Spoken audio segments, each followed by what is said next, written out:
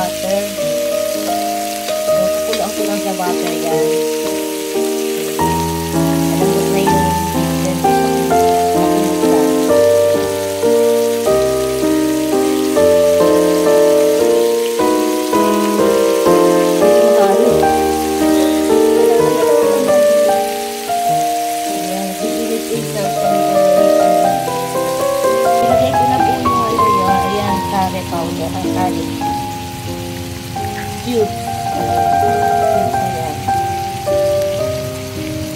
kalagyan pa yan ng water para matunaw po yan.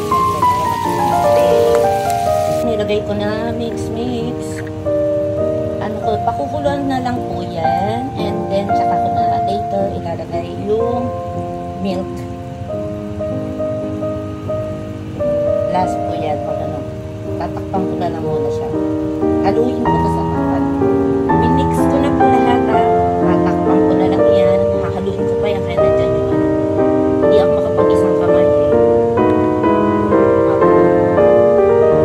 Tapos, try pa. Tsaka nilalayo ko yung cellphone. Umiinit po yung cellphone. Ayan po, pakulang ko lang po yan. Until gano'n na siya, magkonting tuyot-tuyot siya. Papakita ko na lang sa inyo later. Pagluto na po siya. Ayan. Pakuluan lang. Mamaya pa yan kasi marami pa siyang sabaw. So, katatakip ko lang dyan. Waiting na mahina naman po yung apoy. So, hanggang sa lumapot na po siya. Tinapon ko na yung box sa dalila. Makita ko sa inyo box. Hanggang makita niyan po siya. Waiting ko lang. Wala nga naman po na ito ng carrots. Kasi hindi naman din mahilig sa carrots. Kahit ako. So, ano lang po. Okay, waiting. Oh, soon, maluluto na po siya. Pababayaan ko lang po siya. I-off ko na po yung kalan. Kasi, ano yun eh, kulong pa po, diba? Sa mga niya matutuyo niya. Yan, nilagyan ko lang po siya ng milk.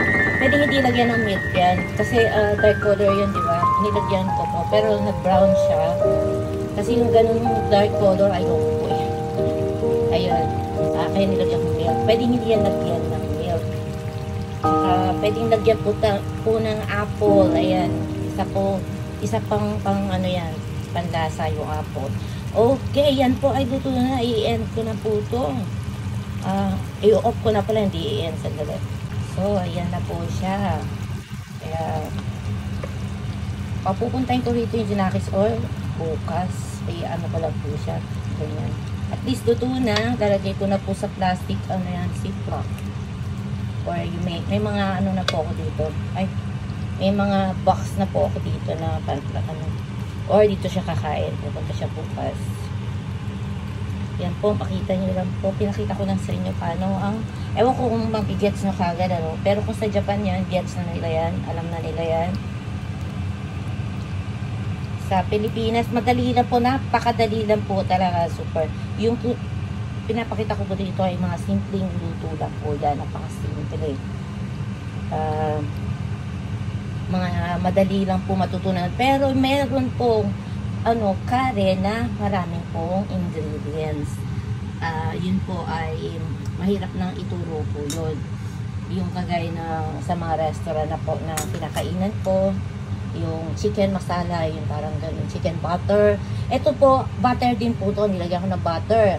So talagang tutuusin po, wala din pong butter yan. Kaya depende lang po sa magluluto. Kasi sanay na po ako magluto. Check ko, gatas ko pa, mayroon pa din. Check ko kung okay yung lasa.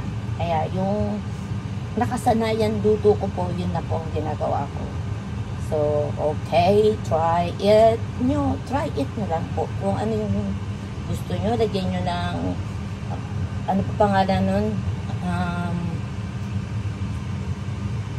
Carrots, ayan. Talagang nilalagyan po yung carrots at saka yan po, potato. Pero ako kami kasi talaga, hindi ako kumakain talagang magulay. Ay, congelators ko. Kaya yan lang po, okay na po yan. Sapat na. Ayun, kumbaga, ang mahal lang po dyan ay talaga yung beef. Ayun lang po.